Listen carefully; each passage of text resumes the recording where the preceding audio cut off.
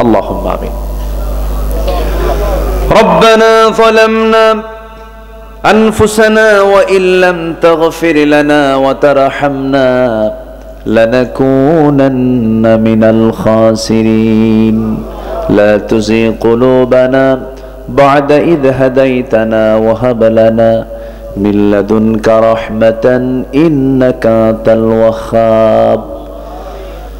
আল্লাহ তাআলা গভীর রাত, নিঝুম রাত, ঝিমানো রাত্রিতে হাজারো মুসলমান নরনারীকে নিয়ে তোমার কালামের দু তিনটা আয়াতকে সামনে রেখে মুনাফিকের কি পরিণাম হতে পারে, ইবাদত কবুলের পথে কি কি অন্তরা, এই বিষয়ে কিছু কথা বলেছি। তোমার কালামের সৌন্দর্য উপস্থাপন করার চেষ্টা করেছি। সে শান্তে সে কাঙ্গাল ফিকারির মতো দুটো হাত পেতেছি। আল্লাহ, গুনার দিকে নজর দিও না, বান্দা মনে করে তামাম জিন্দেগীর সমস্ত গুনাহগুলোকে মেহেরবানি করে মাফ করে দাও। জনম দুঃখিনী মা যারা বিদায় নিয়েছেন, জিন্দেগীর গুনাহগুলো মাফ করো, কবরগুলোকে জান্নাতের টুকরা বানায়া দাও। আব্বা আম্মার জন্য কি দোয়া তাও শিখিয়ে দিয়েছ। রব্বিরহামহুমা কামা রব্বায়ানি সাগীরা, রব্বিরহামহুমা কামা রব্বায়ানি সাগীরা।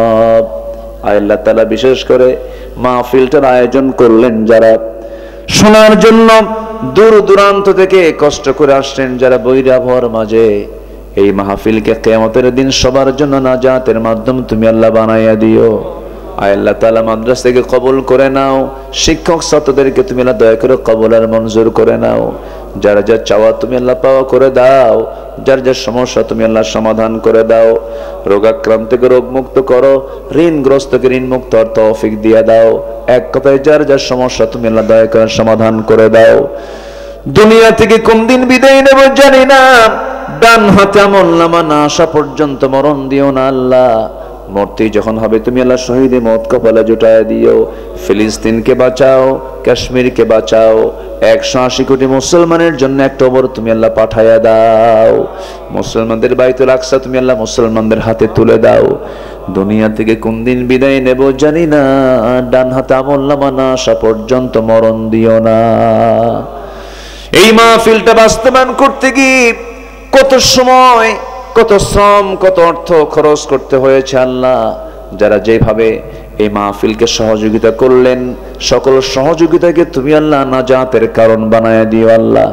যেদিন দুনিয়া থেকে বিদায় নেব, টেনে হেঁচড়ে ঘর থেকে বের করে দেবে। ঘর থেকে বের করে গোসল করায়া দিয়া, কাপড় চোপড় খুলে নিয়া, খোলা কাপড় পরায়া দিয়া, সেলাইবিহীন কাপড় পরায়া দিয়া আমাকে টেনে হেঁচড়ে কবরের দিকে নিয়ে চলে যাবে। কবরে শোয়া দেবে।